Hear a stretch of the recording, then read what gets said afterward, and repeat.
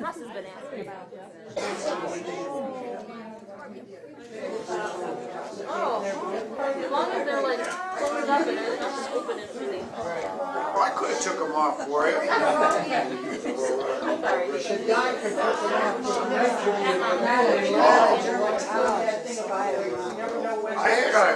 I would sharpen my castrating knife and I would cut it right off. I'd have to bite on a stick or something.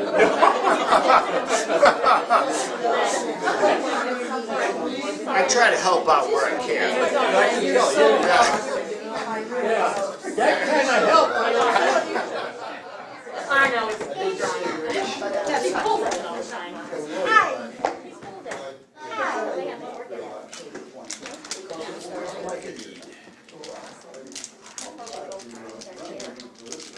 Takes such a date.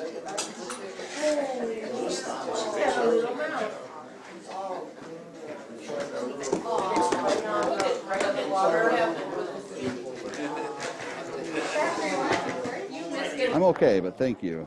I might, maybe afterwards. I can go in there and sign you up for whatever's available. The door's locked. I'm fine with That it. baby won't snuggle with me. Got you covered. Hello. I know you want the banana. Yeah, we saw her. That was cool.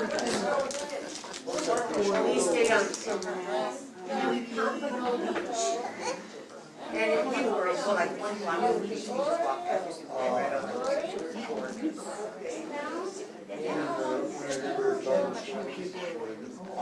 What do you want to go on?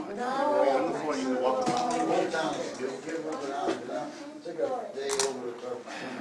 So I'm trying to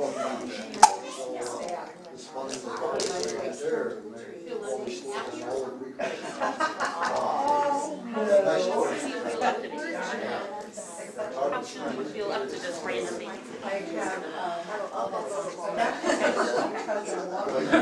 Especially looking over the train.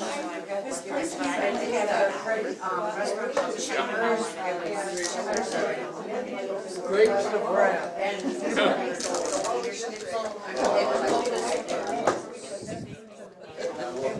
Well, I took down that camera when I was filming the stuff for the Easter Vigil, and now I got to get it back into the Hey, James. to the right place. If it was the grapes of wrath, wouldn't it be like wine or something? Grapes have gone bad.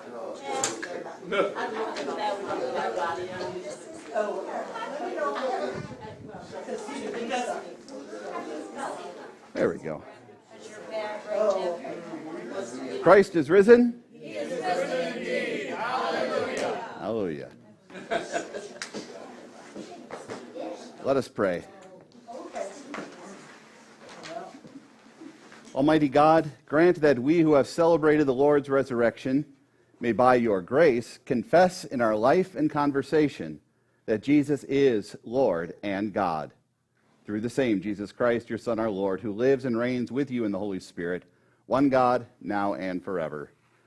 Amen. Well, I hope you had a wonderful Easter celebration last week in your homes as well as here at church. What a wonderful day it was here in the Lord's house.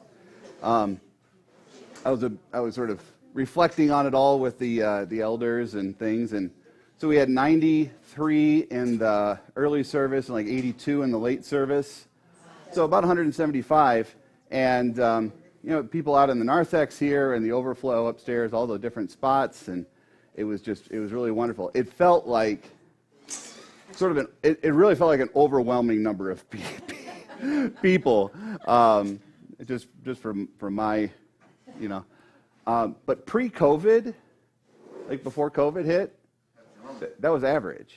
That was our average Sunday, not Easter Sunday, but our average Sunday, between 175 and 200, and so, but last week it felt so overwhelming because we're just sort of unacclimated to it. It's like how 50 degrees feels in October, and how 50-degree feels in March. In March it's like shorts and t-shirts.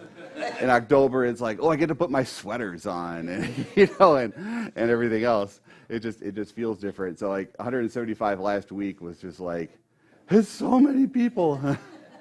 It was great. It was truly a blessing and wonderful. I was so glad to see so many, and still be able to be so accommodating for everybody's distancing, and nobody in the last week is like, oh, we had a huge outbreak of COVID or something from the church, or nothing like that happened. So the Lord is good and gracious, and commend our elders and and Liz for cleaning it, how clean and everything, and just all the plants are working well, and God has been very gracious.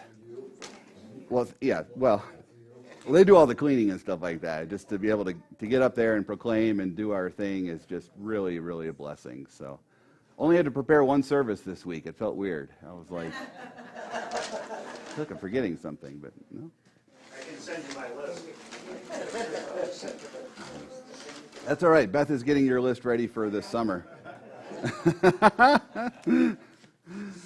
So we are we're gonna look at the book of Esther.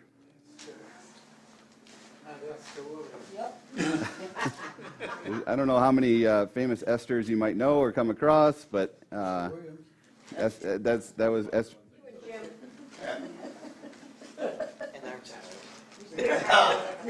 That's what I was going to say. You serious? She swims in the water. Movie star, she's pretty old. movie star. Yeah, you got to be the right age. Oh, silent movies. She was in color.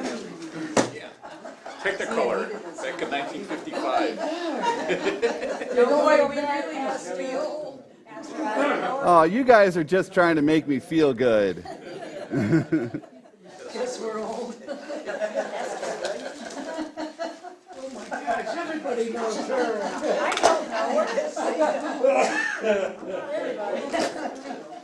don't know. And who's Esther Williams? A water ballerina. Yeah, Oh, were these the days when Hollywood was like doing like films with synchronized swimming in them? Okay. Yeah, it was like a Broadway show. I've seen that at the end of Blazing Saddles, I think. I saw the History of the World Part 1. You probably know the name of the horse. Bring out the nun. Right. Okay. So the book of Esther. Chronologically, we're going to move backwards a little bit. When last we left our heroes, Ezra and the crew, they had rebuilt the walls. The temple was rebuilt. The walls were rebuilt. People were repopulating the city of Jerusalem as well as outside. And he was making the various reforms as far as reestablishing, celebrating Passover, celebrating the different festivals, and then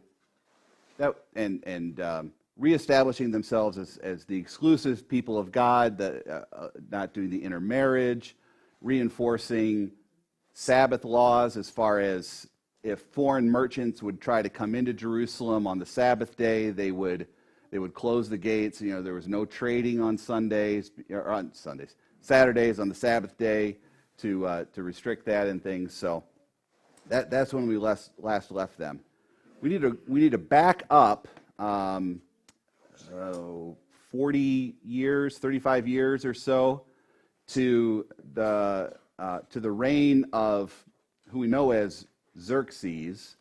We get his sort of Hebrew version name in the book of Esther, but it's King Xerxes, and who's the great grandson of Cyrus the Great, who had begun the repopulation of people back to Israel and things.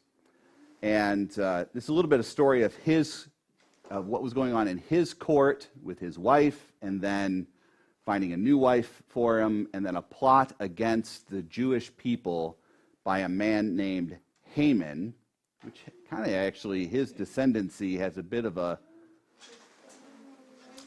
hatred history that goes all the way back to Jacob and Esau.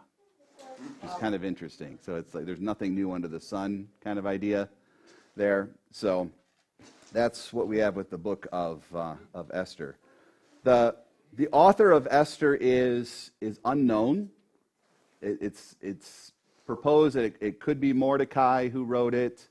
We just don't know. It could have been somebody like Ezra, who was a scribe and who was an author of various things, but we don't have a signature of any it's like these are my words, for I served in the king's court, that kind of like, we don't have an identification for that, but that's okay. That's okay. Something else that's interesting about the book of Esther is that God's name of Yahweh, or an appeal to the God of Abraham, Isaac, and Jacob, that kind of appeal, does not explicitly appear within the book of Esther. It's unusual. It's unusual. But what we do see in the book is God's people, Jews like Esther and Mordecai and things, having faith in God and his protection over them, his care for them, her trust that I'm going to go and do the right thing. I'm going to plead for my people, and if I die, I die. Showing a confidence in God's provision for her, whether she would live or whether she would die, much like Shadrach, Meshach, and Abednego had, as they refused to worship the false gods, but they said, even if he allows us to die, he has not failed us. Esther very much had that same confidence as we were going into this.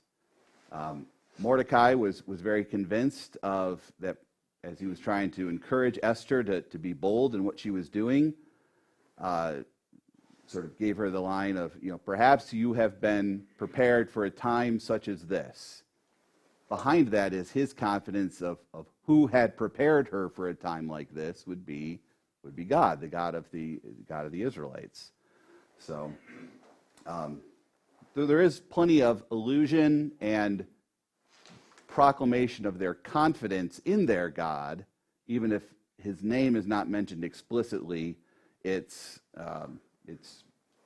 there. They're still his faithful people, as they are remaining faithful and not succumbing to the pressures of the outside world there in Persia at that time.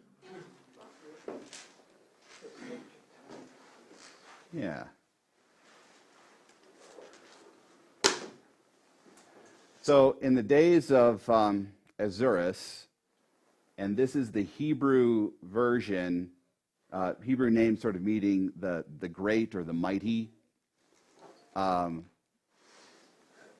would be actually, we would know him by his name in Greek, actually, which we'll have to explain that in a second, of Xerxes, King Xerxes.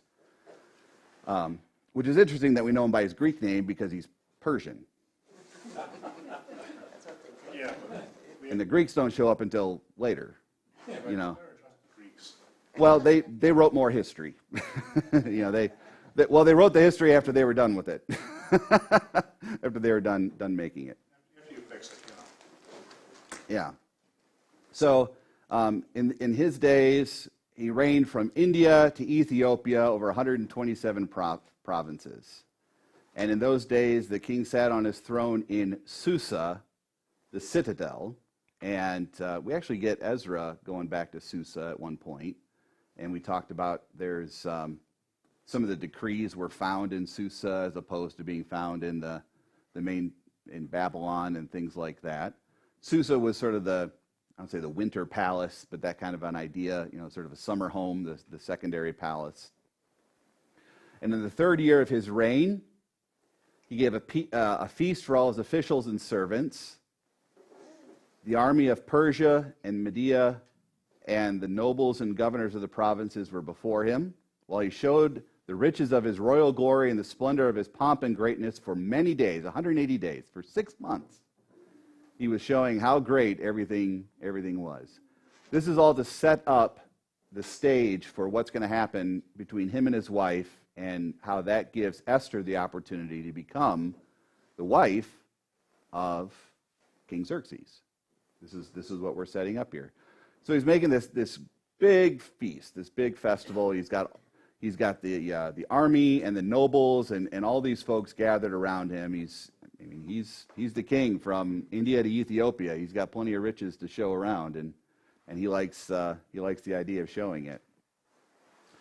And when those 180 days were done, he gave a great feast for 7 days in the court of the garden of the king's palace. And listen to this. They even decorated great. White cotton curtains with violet hangings, fastened with cords of fine linen and purple to silver rods and marble pillars, and couches of gold and silver on mosaic pavements, marble and mother of pearl and precious stones. I mean, this was a lavish palace. The drinks were served in golden vessels of different kinds. I'm guessing not the vessels from the house of the Lord, since that's how the Persians had been able to take over, because it was the Babylonian before that was messing with those. And drinking was according to this edict. There is no compulsion, for the king had given orders to all the staff of his palace to do as each man desired. It used to be that if you're at a big banquet and the king is there, when the king would drink, then you would drink.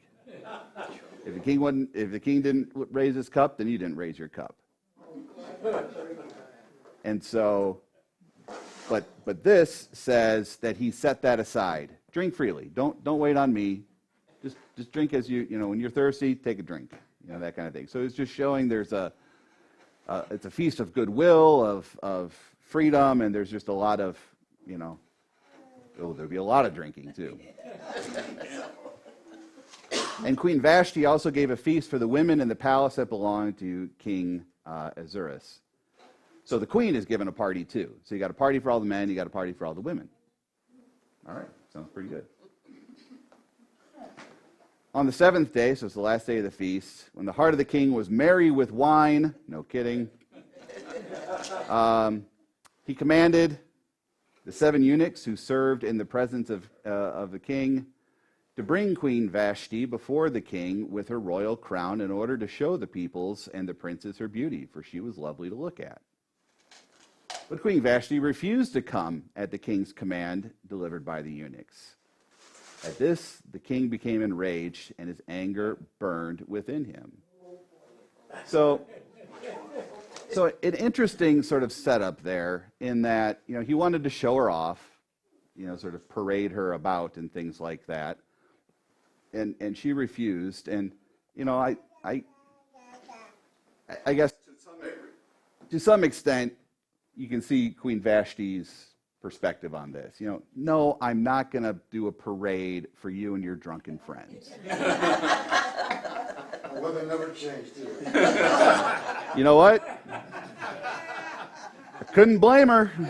I'll be honest. I think his request, if his request was, I want to have my beautiful wife with me because she's beautiful and or something like that. I think but it was a selfish request on his part. This was not a husbandly request like we would see as the model within a Christian marriage or a godly marriage, of loving and honoring your spouse and not treating them as sort of an object and things like that. So I think I have sympathy for Queen Vashti as far as her saying, no, I'm not going to be an object for you and your drunken buddies. I get that it's an unfair request for him to have made for her. Even men don't change. Fair enough. I change all the time. Socks twice a week, whether you need to or not. See, socks are great because you can switch the feet, you can turn them inside out, and then you can switch them back. You get like 4 or 5 wears out of the same pair. Exactly. He doesn't need help And they can walk themselves, at that point, walk themselves to the laundry cabinet. Aren't you glad I have 5 girls? We won't talk about their socks. No better. So she refused to come, and his anger burned within him. And the king said to the wise men who knew the times, for this was the king's procedure toward all who were versed in law and judgment. So he's like, to the people who were next to him and the people who were, the 7 princes of Persia and Media who saw the king's face and sat first in his kingdom. So he's there with the regional governors. It's a big empire, and so it's being ruled by governors. They got sub governors and things, which Daniel had become at one point. They said, so what should happen here? And according to the law, what is to be done with the queen because she has not performed the command? Then Memucan said in the presence of the king and the officials, not only against the king has Queen Vashti done wrong, but against all the officials and all the people who are in the provinces of King Ahasuerus. For the queen's behavior will be made known to all women, causing them to look at their husbands with contempt, since they will say, the king commanded the queen to come before him, and she didn't come. This very day, the noble women of Persia and Media, who had heard of the queen's behavior, will say the same to all the king's officials, and there will be contempt and wrath in plenty. So what's his concern? If people hear that the queen disobeyed the king, what's going to happen throughout the empire? The women will disobey their husbands, and even within the royal households and the governor's households and things. He's kind of overreacting to sort of say, our patriarchy is going to collapse around us in this respect. But to be fair, if that's how the husbands were treating their wives, then the wives deserved to say rebel, but to say, no, request of me God-pleasing things, and that's where we'll keep things in order. So if it please the king, let a royal order go out from him, let it be written among the laws of the Persians and the Medes, so that it may never be repealed, and that he can make laws like that is important, that he can make a law that can't be repealed even by himself. That's going to come up important later on. That Vashti is never to come before a king, and let the king give her royal position to another who is better than she. So I don't know if maybe he's trying to angle for somebody that he knows, or if he's trying to say, because it seems like the queen does have some governmental influence, and we're going to see that with Esther later on as well. But maybe he's trying to say, well, while you're single, maybe you should let one of us governors sort of take over some of those responsibilities and the pay that comes with it, of course. There's maybe something at work there too. You never hear no more about her, though. Actually, we do. She is not put to death, and actually she becomes the advisor later on for. Hang on.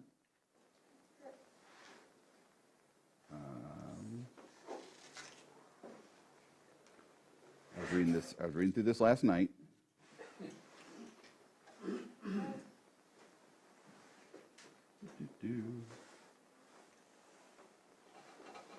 She's like, she reappears in historical documents as a powerful advisor to her son Artaxerxes until her death in 424 BC. So Xerxes' son, who will take over after him, and actually showed up in Ezra and Nehemiah in listing them off, that Artaxerxes' mother was sort of a queen consort, sort of, the queen mum sort of was part of a helpful thing with that. So she does actually kind of show up later on. But not in the presence of Xerxes, but with her son. All right, so he sends a royal decree. Verse 20. So a decree was made by the king, proclaimed throughout all his kingdom, for it is vast.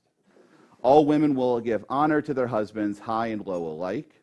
And this advice pleased the king and the princes, and they did. They did it. So he sent letters to all the royal provinces, to every province in its own script, and to every people in its own language, that every man be master in his own household, and speak according to the language of his people. Which, in a way, he had to... What could have just spread by word of mouth, he spread by writing, that he had to do something to assert his headship in his own household. So in a way, he sort of had to publicly declare that he had some dissent within his own household, which was probably a little hard to do, a little embarrassing there and things. Now, this is really, we could set this in contrast to something like Ephesians 5, where St. Paul tells husbands and wives, submit to one another out of reverence for Christ. Wives, submit to your husbands as the church submits to Christ. So there is certainly the headship of husband within the household that has been since Adam and Eve and is a God-pleasing thing. The responsibility of the husband is also outlined in Ephesians 5, that while the woman should submit to the husband as the church submits to Christ, the husband should love his wife as Christ loved the church. And what did Christ do? As he gave himself up for her, washing her clean that she might be presented without spot or wrinkle or blemish or any such thing, that he would give up his life for her. So it's kind of a fun premarital counseling thing to read Ephesians 5, and you get to that first part, and maybe a young, impressionable young man is kind of like, or that first part is usually what makes the news. If the church body reaffirms Ephesians 5 as the model for Christian marriage, the news always runs with the first part, that women should submit to their husbands, and never bothering to actually define what submit to your husbands means. It's like, how do you submit? How does the church submit to Christ? A willingness to receive all good things from him, right? An understanding of God creating an economy among, an ordering of things, Never going on to the other half that talks about what husbands should do for their wives. And so it's like, well, wife, you should submit to me as, a woman should submit to her husband. And I said, whoa. The wife, I said, you can give him this response. Just remember, he's like, well, that might be the case, but remember, you're supposed to be willing to lay down your life for me. So now would be good. Drop dead.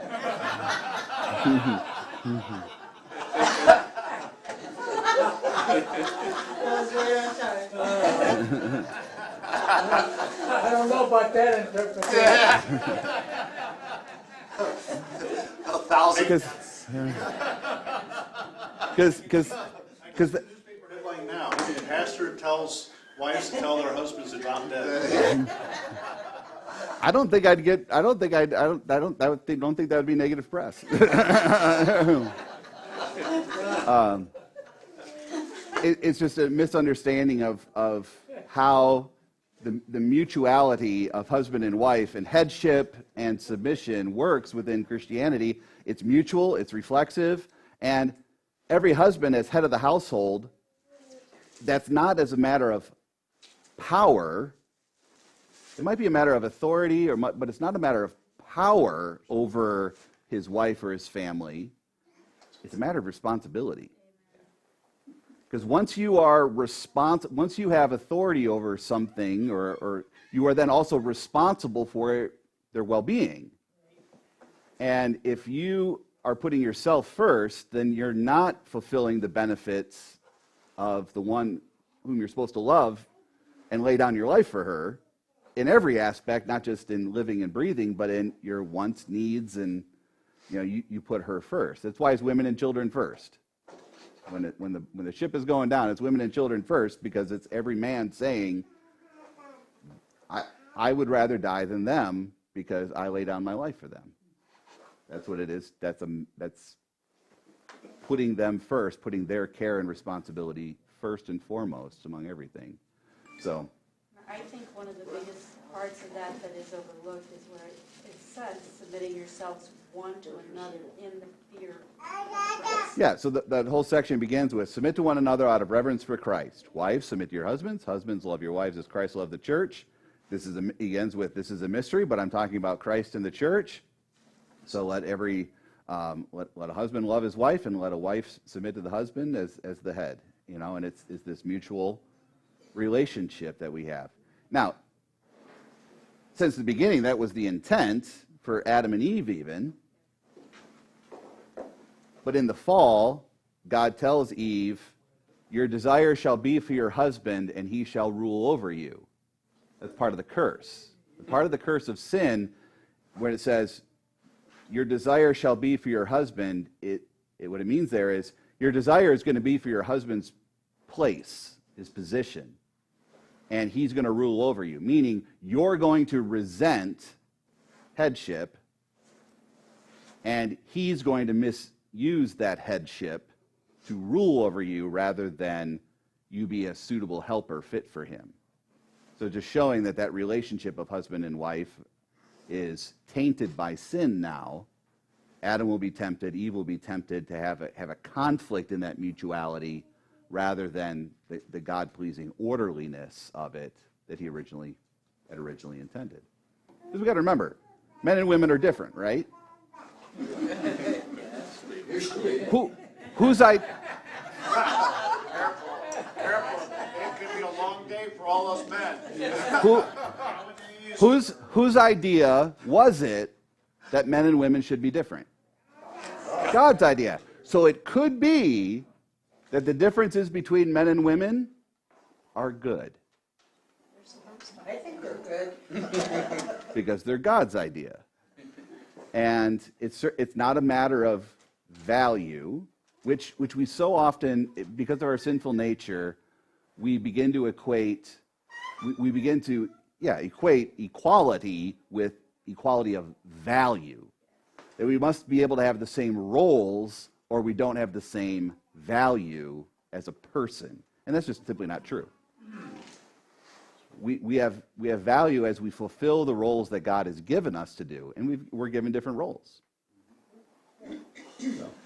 So with respect to Queen Vashti, and I think Xerxes made a improper request of her. That she resisted that. I think she was within her rights to resist that. She's very, very feminist in that respect, I guess. But and I don't think he was right to divorce her over it. I think that was wrong as well. She fell out of favor, so he divorced her and banished her from his presence. Thankfully, he didn't put her to death, which would have had the right to do as well. But I think there you sort of have God's hand in taking this pagan ruler and working good things out of it in the long run. All right, so he sends a letter out. All the provinces receive the letter in their own language because it's a big country. It's a big kingdom, lots of different languages. All right, chapter 2. After all these things, when the king's anger had abated, he remembered Vashti and what she had done and what had been decreed against her. And the king's young men who attended him said, let beautiful young virgins be brought for the king, and let the king appoint officers in the provinces to gather all the beautiful young virgins to the harem in Susa and the citadel, under the custody of Haggai, the king's eunuch, who's in charge of the women, and let their cosmetics be given them.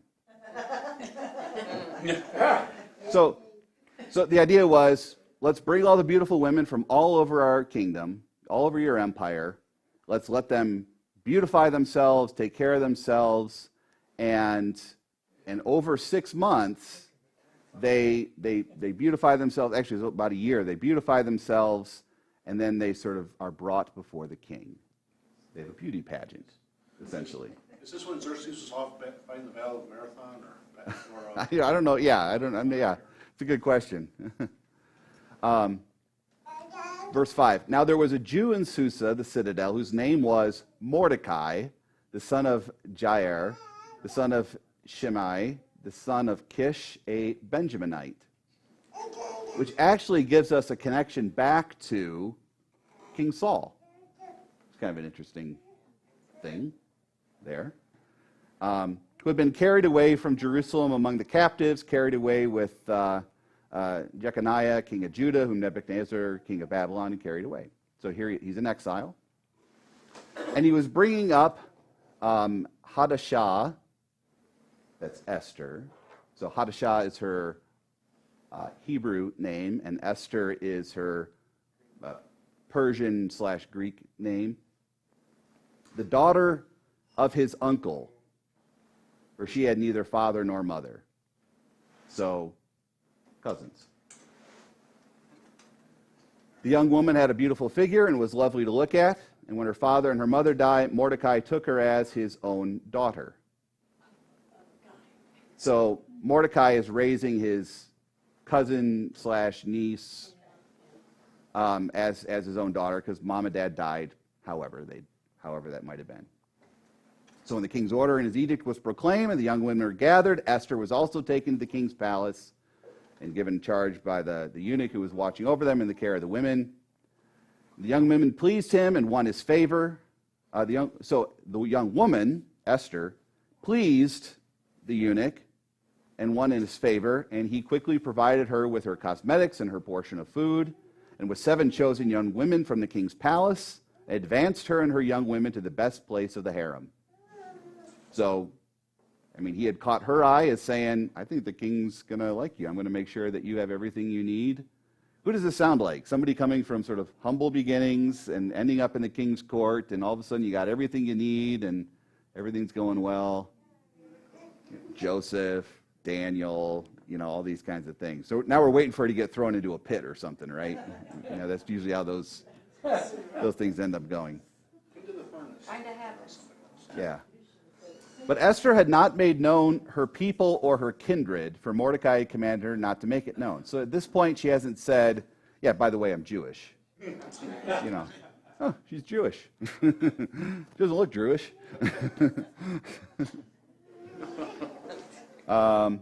Every day, Mordecai walked in front of the court of the harem to learn how Esther was and how it was going. And when the turn came for each young woman to go before the king after 12 months under the regulations for the women, since this was their regular period for their beautifying, 6 months with oil of myrrh and 6 months with spices and ointments for women. So they were tuning up their complexion and making sure they had the right, they didn't actually go for the twiggy body structure. Every indication is that they wanted to make sure they were full-bodied and Because they could afford the food. is that like Esther Williams? Okay. Was that? It was one of the things back then you showed off how rich you were by being able to afford food. Being able to afford food, that's right. So the evening she would go in, and the morning she would return, and would return to the second harem, and he was in charge of the concubines, but she would not go to the king again unless the king delighted in her and she was summoned by name. So they would come in, and certain ones were picked to kind of go to round 2, and unless they were called by name back from round 2, then they wouldn't necessarily come back in again. But when it came time for Esther, the daughter of Abihail, the uncle of Mordecai, who had taken his own daughter, to go into the king, she asked for nothing except for what Haggai, the king's eunuch, who had charge of the women, had advised. Now Esther was winning favor in the eyes of all who saw her, so she was kind of smart. The guy who knew the king best, who was in charge of all the king's, picking the king's women, she said, well, how do you think I should prepare myself? What do you think I should take with me? He's like, well, I think you should take, what he seems to be liking is X, Y, and Z. So that's what she did. She was pretty smart. So when Esther was taken to the king into the royal palace in the 10th month, in the 7th year of his reign, the king loved Esther more than all the other women, and she won grace and favor in his sight more than all the virgins, so that he set the royal crown on her head and made her queen instead of Vashti. I mean, it was like beauty pageant over. He gave her the golden button, and yeah, you got it. The Bachelor season 1. Is that how it went? Okay. Right, yeah. No more roses needed to be handed out. She gets the crown. Then the king gave a great feast for all the officials and servants. It was Esther's feast. He also granted a remission of taxes to the provinces and gave gifts with royal generosity. So he got married, and so he shared, the joy of his generosity to the other places, and so he gave them a tax break, and then he actually gave gifts to regular people as well as officials and things like that. So everybody would love Queen Esther because, hey, Queen Esther came around, I got a tax break, and maybe I got a little extra spending cash and some other things like that. To banish this one, get another one. Yeah. How often can we do this? How often can we come around to do these things? So. Yeah, Mordecai 2020. Yeah. Sounds good. All right, we're going to pause here. It's 10:15, so I have to stop here. But so now we have Esther, a Jew, married to King Xerxes of the Persian Empire, ruler from India to Ethiopia and to the shores of Greece even, and into Egypt, and very, very powerful. And so we have a Jew at his right hand, and he loves her, and he finds her beautiful, and these various things. So, but he doesn't know that she's a Jew. He doesn't know that she's a Jew, and he's not going to find that out until much, much later. Actually, it's going to be after the plot to destroy the Jews is discovered that she's going to come forward and say, "Hey, these are my people," which is why then he's compelled to protect them once he realizes the connection. So we'll pick up next week with Mordecai's very brave and heroic act to save the king again from a plot to assassinate him, and that comes up later on as well. There's some really great. I mean, it's just some beautiful. I mean, God just writes a beautiful story here, and the author who wrote this down does a nice job of sort of weaving these things together. Ultimately, it's fantastic. So we'll pick up in chapter 2, verse 19 next week. Blessings to you. Christ is risen.